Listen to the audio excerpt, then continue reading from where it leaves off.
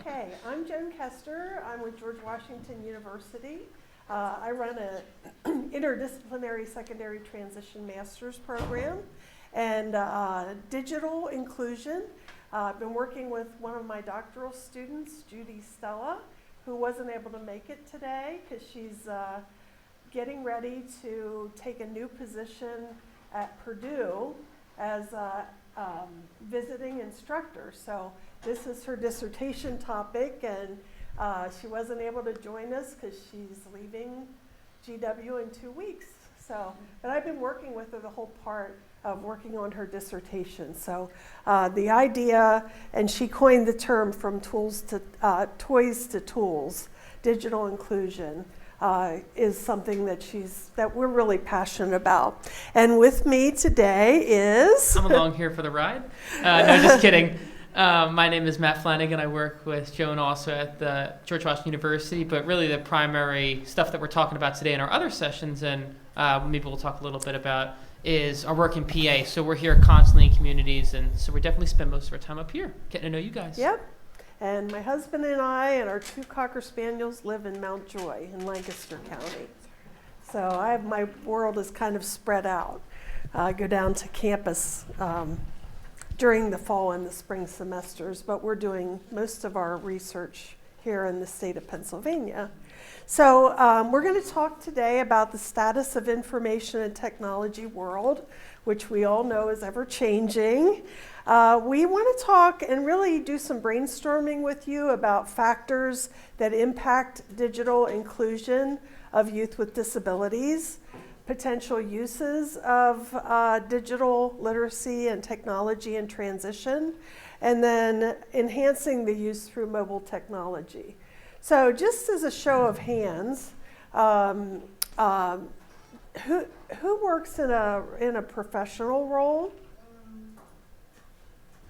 Okay, how about a family or advocate role? And how about youth or young adult role? So we have an expert in the room right in the front. So we'll go through this, and we want to first start by talking about the fact that there's a lot of discussion about digital literacy. Is it being talked about in your settings? Not at all. Now we have a couple people shaking their heads, so would you mind, Allie, taking the microphone back? And let's hear what's being talked about and whether or not youth with disabilities are included in the conversation. Their hand up. Shaking their head? I can speak to this. Yeah. Good. So my children are in a school district where iPads are introduced through kindergarten through senior year, given through a grant that they had received, and they decided to continue it. Children with disabilities are included with that, but what we're finding is they are more often playing games than actually utilizing it to its full capacity. And it's a complaint we hear from both students and teachers without really an idea on how to tackle that appropriately. Okay. Yeah. Yep. A few more people have their hands up. Hi, I'm from the Vanguard School, which is an approved private school. It's all Yes. special ed. Yep. And we've been trying to include technology all along. Obviously, speech people do. Yep. But for transition, we got the first iPads on campus. And I was just speaking with a colleague from a school district and said, I can remember looking it up and there were 5,000 apps. Last time I looked it up, there were hundreds of thousands. So trying to find the app for social skills or college, whatever, we're always looking. And parents are very open and trying to get the phone used because they look so normal and there's just so much you can do with it. So it's exciting but daunting. Yeah. And that's what we're seeing is there's like this tension of there's really a lot of potential benefits, but there's a lot of like risks and fears on the other side. So that's what we want to talk about today. I see things from kind of a unique perspective, being a master's student studying early childhood education. Oh, okay. So we get a lot of training in the pre-service teacher realm on how to involve technology into our lesson design and what we're teaching in the classroom. But I also see it for having a younger sister who's going to a public school currently that received a grant for Code to the Future, where they're starting in kindergarten, learning basic coding skills, and moving that all the way on through senior year of high school, where they're doing advanced programming in like C++ and Java. Wow. And even programming robots to go out and do local competitions. So I see it from both sides of that coin, from pre-service into practice. Excellent. I think that really hits home on this aspect of from toys to tools, tools being those types of skills unlocking opportunities for career and economic growth, right? So definitely in line. Yeah. So we were just talking about the apps and different apps, and I was saying how those of us who are not digital natives have Yes. to rely on our digital native friends to find things for us. In fact, a student here at Penn State, I was describing to him a student I have who is basically a non-reader in high school. They've tried all different programs, and it really prevents him from participating in a lot of things, especially when they post different things on the walls advertising the prom or those kind of things. So I asked, he's actually a senior at Penn State, I said to him, what kind of apps could I download for this student that would make him look okay? And there's an app called Seeing AI. I'm sure you guys have heard of it. That reads so he would take his cell phone, you'd just download the app. I mean, I put it on my phone too because it is really cool. And you just can scan the document, and then we got him headphones so he can just listen to them. So he'll scan the document about the prom. Other kids think he's just taking a picture of it, which is completely normal to do. And then he listens to what the dates are of the prom and everything. And it has made a world of difference Yep. on this kid, just in his self-esteem and everything. Now he knows what's going on all the time. That's an excellent example, and thanks for sharing the resource. Okay. So in research, we always look at how is digital inclusion defined. What we looked at, it's a definition from back in 2005 about digital literacy skills. It translates, we know, into better employment, economic growth, cost savings, and social inclusion. So those are 4 heavy hitter outcome areas if we can work through some of these challenges and fears and kind of that push-pull that we're in with the use of technology. There is really positive benefits. So it not only has to do with accessing the technology, which is one piece of it, right? So it's good to hear some schools have, the technology. But I think we were in another session, was it where somebody said they had no technology? Right, so technology doesn't just mean computers. It's we think of technology as a continuum or a spectrum in itself, right? Yeah. Yeah, and then it's the skills to use it. So through this research, what we found is, kids are, as you had said, kids are really using it to play, which is normal. Adults do that too, but using it as a tool in various settings is really something that has the promise of great benefit. I think one thing to mention there too is that we already know through our own professional and our life experiences that we often learn through play, right?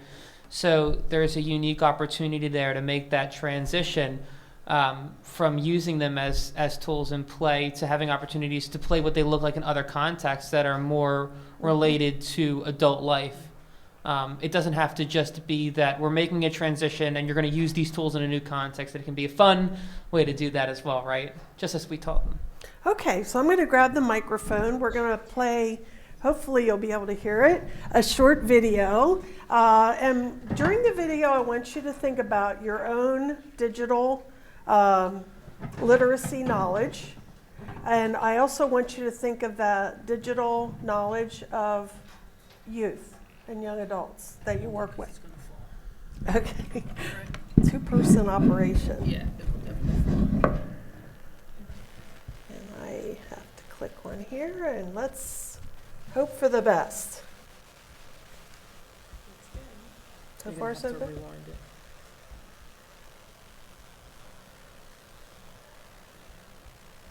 Or is that just caching? Cement his post permanent. Hold Let's on. not forget.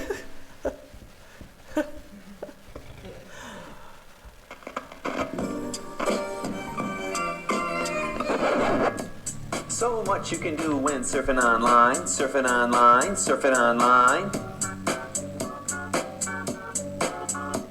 So much you can do when surfing online, surfing online, surfing online. Guess who's back? Back again. Mr. H. Tell a friend. Guess who's back? Guess who's back? Guess who's back? Guess who's back? Guess who's back? Guess who's back? Guess who's back?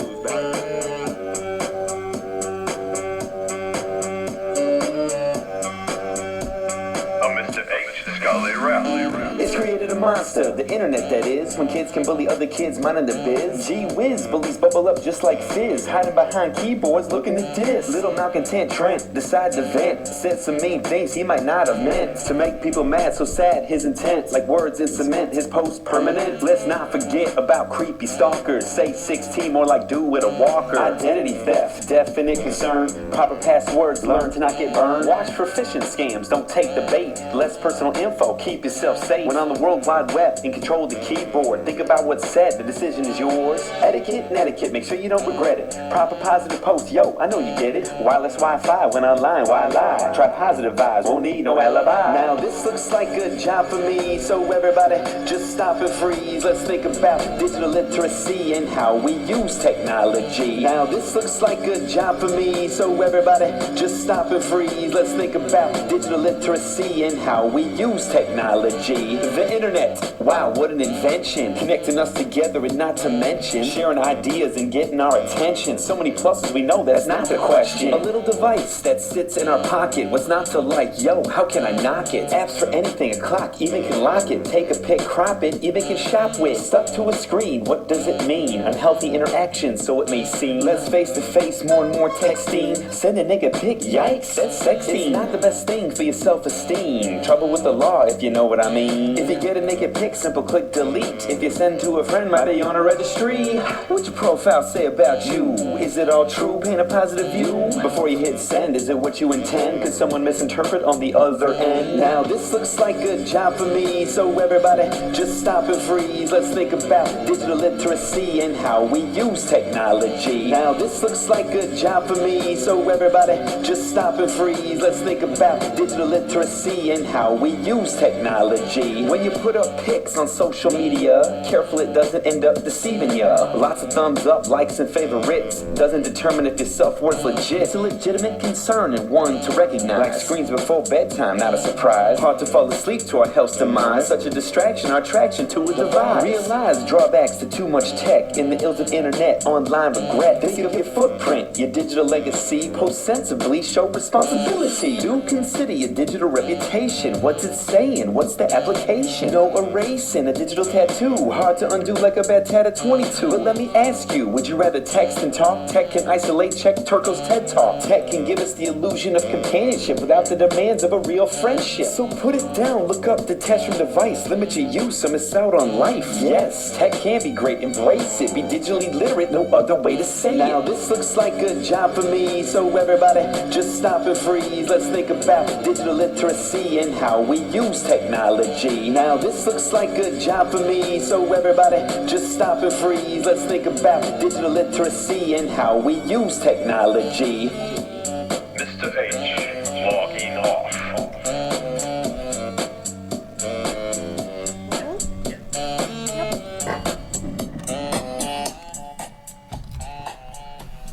My hands are tired now. Thank you, Matt. Got my workout for the day. Oh gosh, we don't want to watch that again. Okay, so what I'd like you to do is meet up, however you want to get organized, and talk. I want you to reflect upon what you just saw there. Think about your own digital literacy or your own digital skills and what you see in youth if you're an adult. Right, there were so many themes that come up in that video. So you've got everything to do with relationships, right? What gets posted online, safety. So many different things, not just this idea of using them as tools for employment, but also we think about too, and you can think about this when you're doing your brainstorming, that all of these other components of social media use have a direct impact, whether you realize it or not, on some of those post-school outcomes that you're looking for. You don't even realize some of these interactions, how they had an effect. Yeah. So we'll turn our microphones off for about 5 minutes or so. And if you want to connect with other people, we'd really appreciate it. And then after you brainstorm, I'll write some of our thoughts on the board. Good dialogue. Okay. I'm wondering, does anybody want to share just a few of their insights from the conversation? You don't want to talk? You're really good. I talk all day, Joan. Who else wants to go? You want to write? You want to write? Because I'm awful handwriting. Okay, so we had a great group, and I'm not going to talk for the whole group. If you guys want to chime in, do feel free. So we had people from education, people from policy, people who were going into transition, and people who represented employment. So we had a nice, diverse conversation. A couple things came up. We talked about bridging that those transition years most effectively. We agreed that. Because technology changes so quickly, it's ever changing, ever evolving, that we found that it's really vital to teach basic skills, basic understanding that maybe not only is attributed to technology, but life in and of itself. And then that way, as the technology changes and evolves, we can utilize those tools. And then as those tools change, they still have the initial base skill set to be able to hopefully generalize a little bit and then grow along with the technology.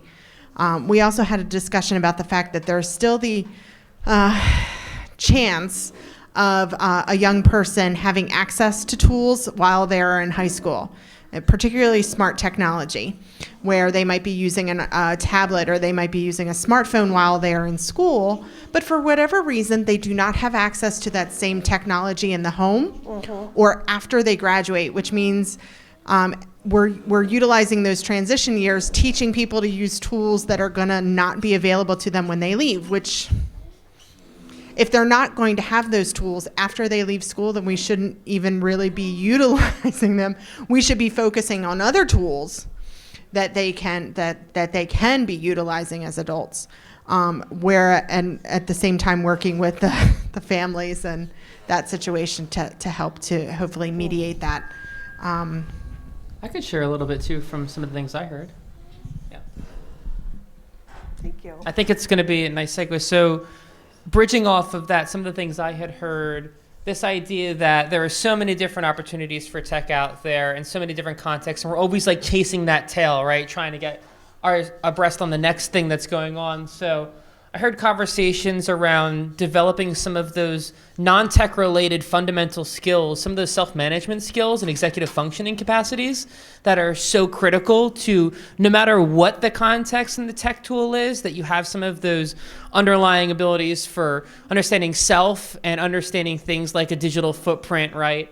And, you hear conversations like, well, at work, I'm not using social media X, Y, or Z, or I'm not doing these things. Yeah, but during the weekend, you have friended your boss, and you are doing X, Y, and Z, and the repercussions of that. So just building some of those executive functioning skills seems to be really important, too. And being then able to bridge those out to whatever tech tool you are going to use. Yeah, and there have been studies by employers. They're searching social media. I have searched social media for people that I hire. And somehow you still hired me, so there we go. Yeah, that's a mystery. Not. Okay, very good discussion. So really our essential questions for this session is, how can we maximize digital inclusion in our own environments and what barriers and facilitators might we face in an environment where digital inclusion is maximized for youth. So we want to look at how can we pay attention to our own digital inclusion and our skills, and what are the barriers and the facilitators. Okay, so we know the status of information and technology. There's information almost every day. You know, we go through, you know, there was a report, and again, that was done by the National Council on Disability, which by now is a little outdated because now we're into, you know, cybersecurity and really concerns, global concerns. And so this whole idea that the whole world is now connected through technology, you know, we have a lot of concerns about cybersecurity attacks and things of that nature. So there's a lot happening, and it's, I think you talked about, it's hard to keep up with all that. Let's just generally talk about how the world is changing in terms of connectivity, interdependence, and communication. And I can start. We have an online master's program. So even though it's online, it allows students from all over the world, or right now we have people from all over the country, to be able to get their education in a unique program as ours. It's interdisciplinary by nature. There are many benefits. However, we always interview our prospective students about their digital skills. Right, so we actually do, in keeping with the idea of technology, we do a pre-assessment for all the students that come in, particularly those on the grant, because meeting virtually and all of these things that we do in terms of different modalities of instruction are so important. And it's so interesting to hear in that pre-assessment, it's not only things like what are your skills, but what is your access, like we were talking about before. And then how do we work around that? Because we have students who are in rural Missouri who, it's not that they don't have digital literacy skills, it's that they didn't have the same history of access that other students have. And then you have other students who may come, as adults we know we're always working on executive functioning skills and all of this. So we've had students that may have had the access and have the skills, but the interactions and the skills around interactions could still be developed. So even in adult life, we're still working on it. Yeah, and our team uses a lot of technology because we're not in the same place most of the time. So, to put it lightly. Yeah. And I live in Virginia. Yep, I'm in Pennsylvania. And even though sometimes I'm in Virginia, other times I'm in California. So, where I'm originally from. That's right. So, but we're still managing time and working with the students online. When we're on different time zones, that can sometimes be a challenge, not only for the students we're working with, but for ourselves too. And even some of our students have expressed when they're traveling and having access to internet. Well, we had recently a student, right, who was traveling in West Virginia. Yeah, Was it? West Virginia, and then somewhere in Texas. Yeah, the southwest area, going through the mountains. So they were having a challenging time, but you know, with communication, we were able to work around those areas. So there's always a learning experience. Do you want to talk about Slack? Because you're fairly new at it. Oh, yeah. So we have a new communication. Well, not new. We've been using it for some time. But So true to form, we think it's new, but it's probably old and youth want nothing to do with it. Yeah. So I was introduced to Slack a few months ago, and it is an app you can download and communicate with, to collaborate and work with whoever you want to, or to have on your own. It's really great if you know how to code, because I learned that actually you can program it to automatically reply certain messages to your group when you are unable to reply at that moment. do I know how to do that? No, but I'm trying to learn. SLACK. Yes, yeah, it's really great. It's a lot of fun. You can also message yourself, and it sends you reminders, again, with coding, with little specific codes, but it's really useful. You can upload pictures, Word documents, super accessible. Everything is on top if you want to search for it.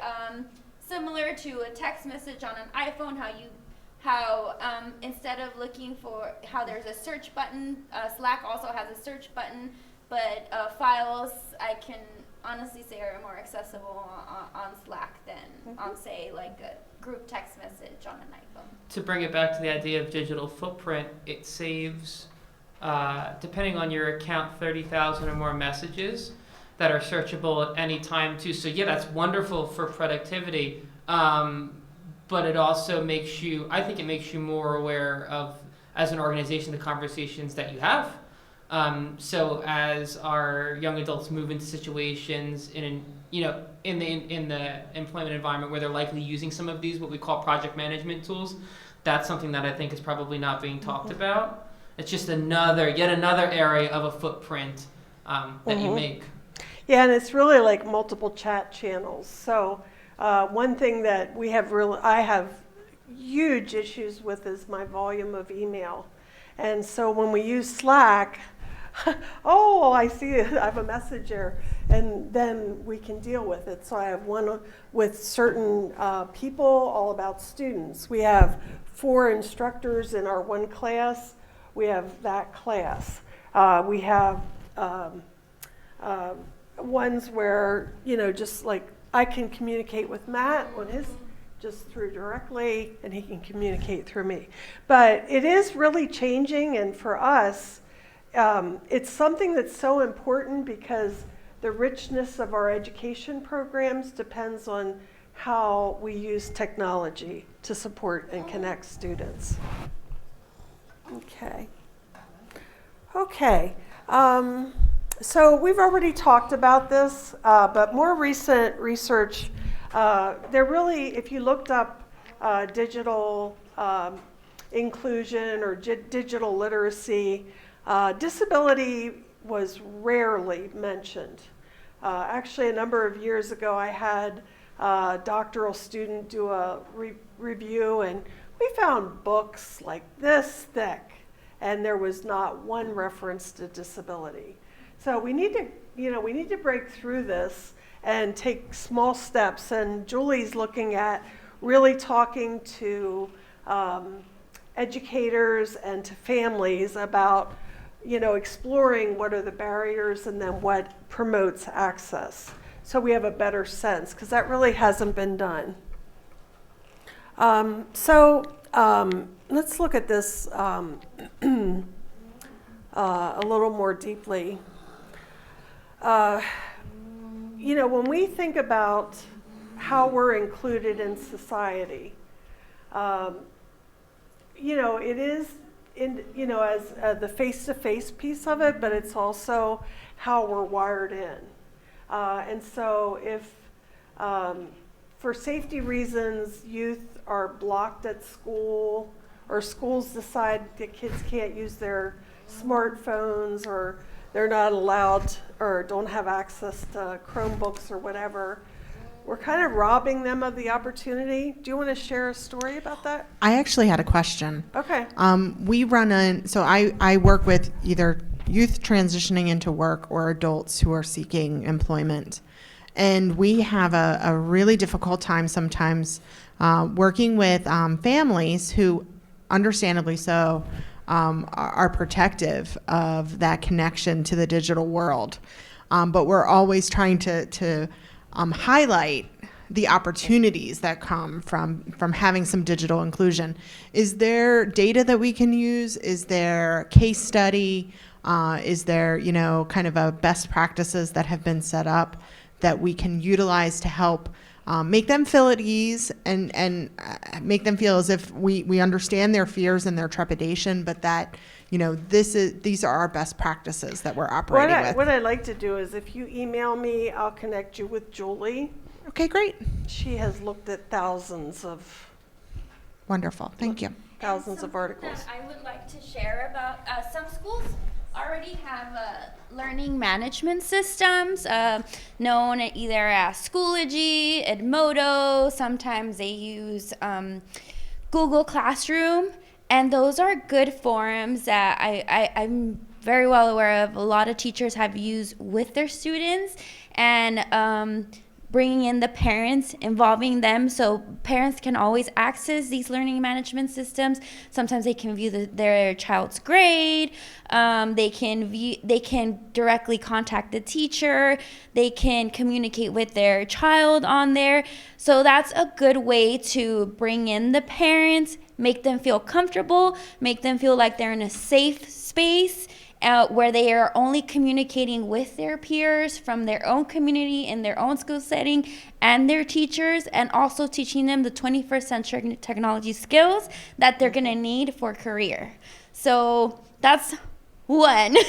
But there are other different research studies that I know Julie has already looked at, and I'm sure Dr. Kester will share later. Yeah, definitely. But if you look at these 21st century skills, there's a framework that they have, and it shows clearly that digital literacy is a huge part of having the skill sets that you need to really be participating in work, especially.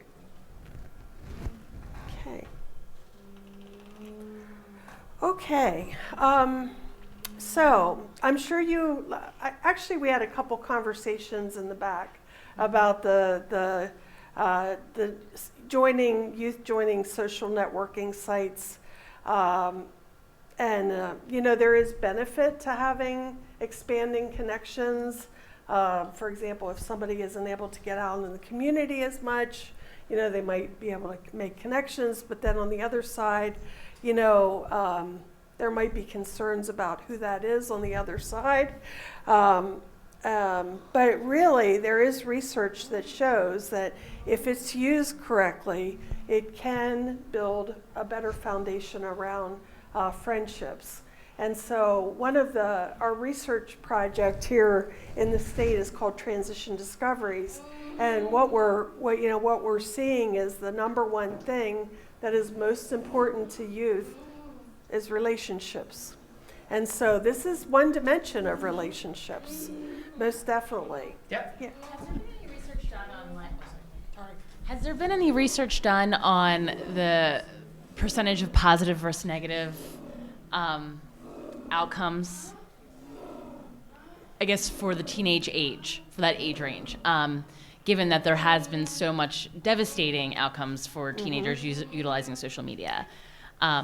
Is that positive end outweighing the negative end of things? Well, I'm not going to speak specifically to the research, but I know that some of the issues with teasing that out from a research standpoint is that it is so interconnected with other factors, right? So this kind of goes back to the old issue of research. So there's a relationship between your height and the color, right? But that's not actually what the relationship is. So it's hard to tease out that is it the use of technology or what was done, or is it the underlying skills like we were talking about with these executive functioning skills underneath? So it's really hard. They're so nested with each other, some of these latent things. So for sure. I do want to share another recent research study that was done. It's for promoting social skills in the school setting, while including I was working with students with autism, but teachers are always trying to have moments of inclusion so they can have more social interactions with their peers,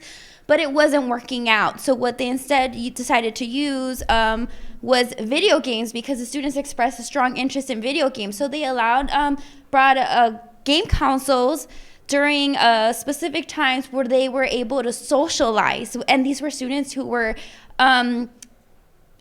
selective speakers and were just completely open. There was a lot of positive outcomes from that research, and I will share that later on with Dr. Kester so she can share that. Yeah, so there is positive outcomes using tools that youth are most interested in, and really connecting them with people not only locally but worldwide, and having safe forums where they're communicating about their video games or their lifestyle, and it was consistent. So there is positive outcomes out there. Yeah. There's research done, and I am familiar with that, with like, you know, how social skills programs are now bridging that from that research, Mhm. Lego groups and Fortnite groups, and really taking what kids are interested in. And I think that's very closely monitored, and I'm wondering what that looks like when it's not as monitored. But yeah, totally right. I think it's exciting. I think one of the hopes there, you bring up a good point of monitored versus not closely monitored. The hope is that you give them enough opportunities that are positive and structured, and then just like we scaffold as educators, we pull back slowly, right? Yeah, it's a complex issue. Okay, so let's just talk now about motivations and risks, because that's really the meat of this. I feel like just based upon what we've done in the review of the literature, it's like we're kind of stuck. We haven't gotten beyond. We know it's good, but we know that it could be bad, and adults might have the skills and adults might not have the skills. Families might not have technology. So we want to try to start unpacking that. So we want to have some discussions with you about that. So we know the risks are antisocial behavior, bullying. Do you want to share the story about the inappropriate, because they're working in a school setting with students, and there have we been refer to it as trauma, more social media trauma. And one student reported to a teacher that one of our other students was asked to send a naked picture of herself, which she did. So I asked the student who was asked to send the picture, and as soon as you go near them, they think they're in trouble. And I said, no, but we're going to talk about judgment here. I mean, my students in the transition are 18, 19, 20. They're not below 18, so I don't have that, thank God. But, just to say to her that this goes out there forever, and you can't she thought she was sending it to someone she could trust, but that person gave it to somebody else who then was threatening to post it. So you have to talk to all the students. Of course, the student who did all this denies it. Then you have to call the parents. But he's been involved before and has learned nothing. I've seen police, and there's Montgomery County has somebody who does this, and still not be able to bring people to some kind of sense of stopping or being in trouble for it. So it's an ongoing issue, and there's so many different things. I went to one this morning, and I said, I wish I had what he handed out. What session was that? That was creating responsible kids on smartphones, but it's Shape the Sky is the website. If you just write that down, he has it on there. And he talked about all of these different apps. And I wish I had seen it, because I look at two of them where I could see now how they did it, but I didn't know what I was really looking at. I just confiscated his phone for the day. So yeah, it's a huge problem. Yeah. And that material would be up on the conference handouts. So this isn't even the latest. Okay. It's a great site. I wish you heard this. Shape the Sky. Yeah, Shape the Sky. And Missy's captured that up here. Yeah, so that's a real world example, and of course this was research. The whole idea of like, where are you at with your own digital literacy skills and the use of technology? Where do you want to share that? Like for me, because of my work, I'm an anomaly, I think, for someone my age, because I have to constantly try to stay up in technology.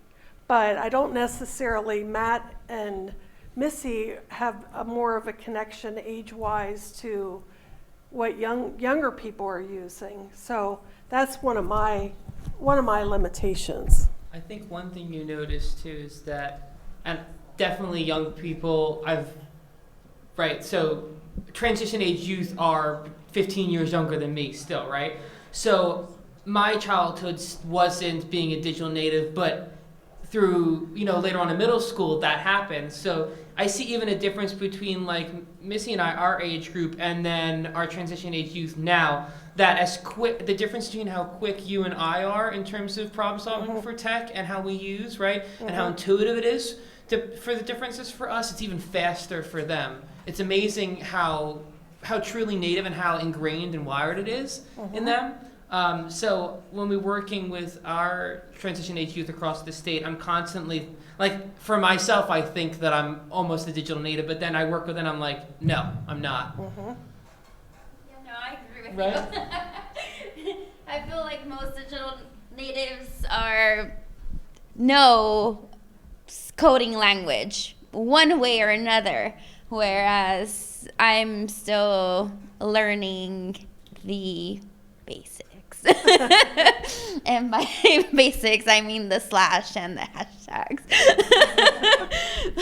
You have to think too that young people there and children and middle schoolers that access technology, they're accessing a much higher level of technology from a baseline than we are. So my first access to technology was middle school when they brought in a computer lab, and that was super basic. It was typing programs, things like that, right?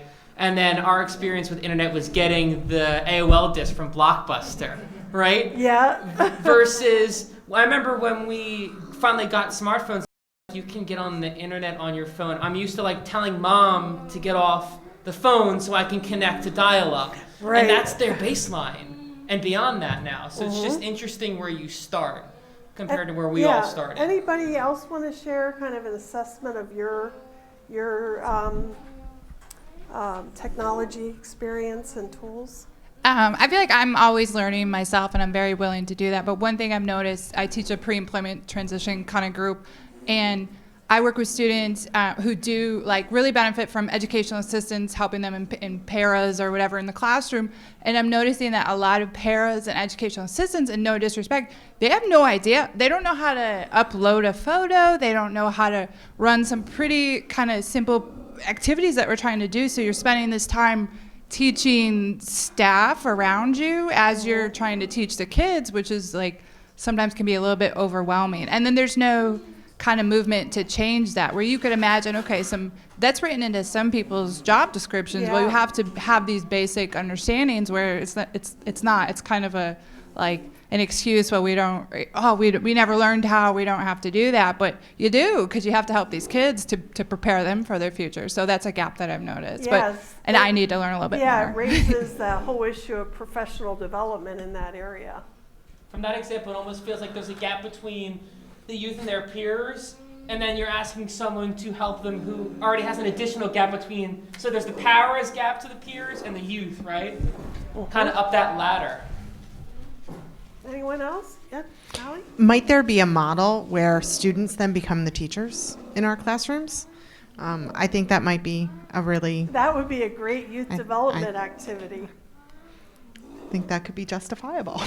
Yeah, that's excellent. What a better way to learn than to take ownership of some of these things, right? Definitely. Yeah. So then, what about the students? We already heard a negative example, but attitudes, competencies, their experiences, and their needs. Does anybody have any stories to share about youth, really could potentially teach other young people how to use technology?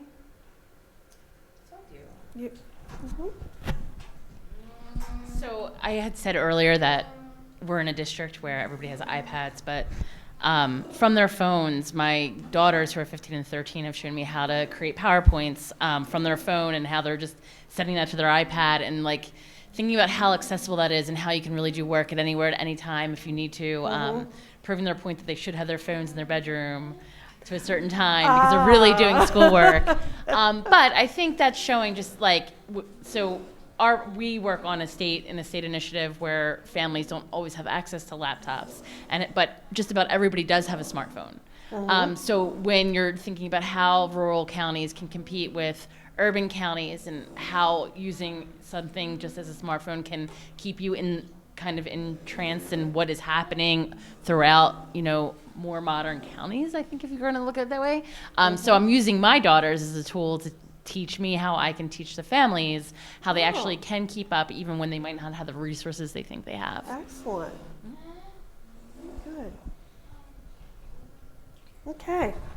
All right. So, all right. I'd like you to collect in small groups again, maybe mix up with different people, and pick one of two discussions. And then I'd like you to record so that Missy can capture it. Our idea is, number one, we want to take this back to Julie to support her research. And number two, we want to find out if anybody wants to stay connected to what she's doing. We'll get your contact information, and then she'll be able to communicate with you directly. So what are the barriers experienced by families and stakeholders to support digital inclusion of youth, and what are the barriers experienced by youth? So let's have about a 5-minute conversation about that. So we're interested in those barriers that families and transition stakeholders have experienced to support digital inclusion of youth, thinking about digital inclusion in terms of skills and access and full citizenship, right? So everything that goes into that, from relationships through employment, all of these foundational skills, and then the barriers experienced by youth themselves in that process. So there's two heads of the coin. Okay, so gather, try to connect. All right, what great conversations. We were talking with Michael Ann and her mom about the way they've had to kind of work through the use of technology, and the fact that she was really interested in getting into social media to connect with her friends, and that was very motivating for her, and that was the spark for her, and how she's been able to have her own jewelry business, and is now looking at, the technology to support her being able to sell the jewelry. So that wasn't necessarily, there were barriers along the way, but that was really a pretty cool success story.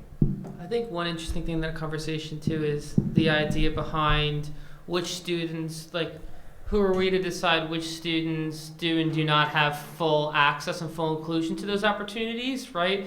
And this whole idea of presuming competence, and then how we approach those situations, and if we're not taking a full inclusion approach to technology access, what that does for social capital and connecting, right? Because it can seem so trivial just doing something like getting on Facebook and surfing around or connecting with a few friends, but that's like the foundational building blocks in a digital world to getting connected, and everything that, all the positives that getting connected can do for you in terms of social capital and connecting to the people that you need, to the resources you need. And we also learned that, there's a policy element to this in terms of barriers. Like if schools have, rules like you said, no Facebook, that was her hook, and that was the way she was going to be able to make better connections. But the school, did you win that battle, or? Well, we used our own iPad with data on it, so then we could. Okay, so she was able to bypass that, but you were able to do it, so that's what counts.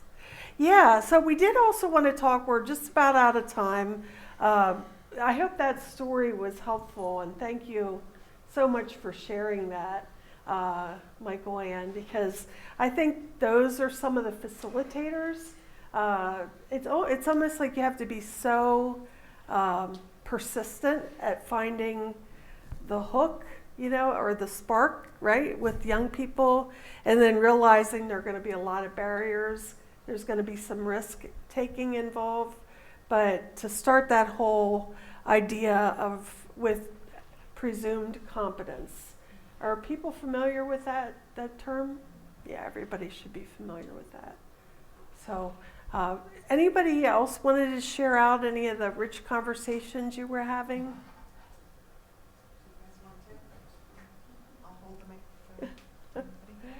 probably getting tired. Probably. Going once. Going 3 times. So we're running out of time, but I have some slides in here, and we're definitely going to put this up in the conference handouts. We have definite evidence. We aren't going to have time for that. That's all right.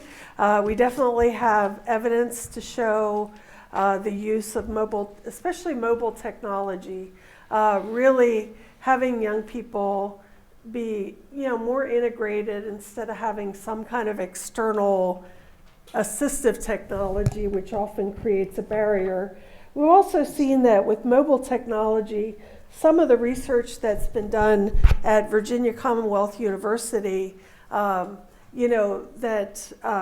using apps and mobile technology can replace the supports of a job coach eventually.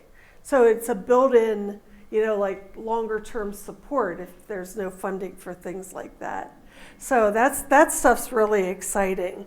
And just really being able to use the technology that is readily available. We say that maybe families don't have computers and technology at home, but if they do have a smartphone, it's a really easy way in. And you were just sharing how you got the technology, but then it was a trial and error thing with going into the Apple store, trying to find out. So we haven't overcome that either. I had one of my master's students out in Denver actually studied this, and she was able to use the technology smartphone she got the school to buy the non-internet based iTouch, and they were able to have youth evaluate themselves and put in data about their own work performance. And so it really empowered youth to say, hey, I have a say in how things are going on my job, and I've got to be responsible for monitoring myself. And then that data was compared to the job coach and to the business. We came up with some good ideas, I think, and we are way over time here. But we do see that in the research, somebody was asking earlier about what does the research say as far as the benefits. Self-advocacy skills as number one, the ability to link to community services and supports, and technology literacy and accessibility. So we've covered some of those, so I'm going to just skip over these. Okay. We have a lot planned here, so. All right, so today we were able to talk about the status. We all are living it and breathing and experiencing the rapid change. We have had a chance to talk about factors that impact digital inclusion. We talked about potential uses. We talked about the barriers and facilitators. And I'd really like to leave you today, with this question of how do we move beyond this point where we're at now? How do we push the envelope to not only assess our own digital literacy, the family's digital literacy, and the digital literacy of youth? So if you're interested in staying connected, if you'd want to stop up here, I can connect you with Julie. She's an expert, and I don't know if I mentioned, she's really driven to do this research because she has a 15-year-old son with autism, and she's on it. So, and she just wants to figure out ways to have her son move beyond, just doing games and games and games into actually, as he transitions, hopefully to college, how he can use technology. So thank you so much for coming, and thanks for engaging in such rich dialogue. Thank you. Thank you.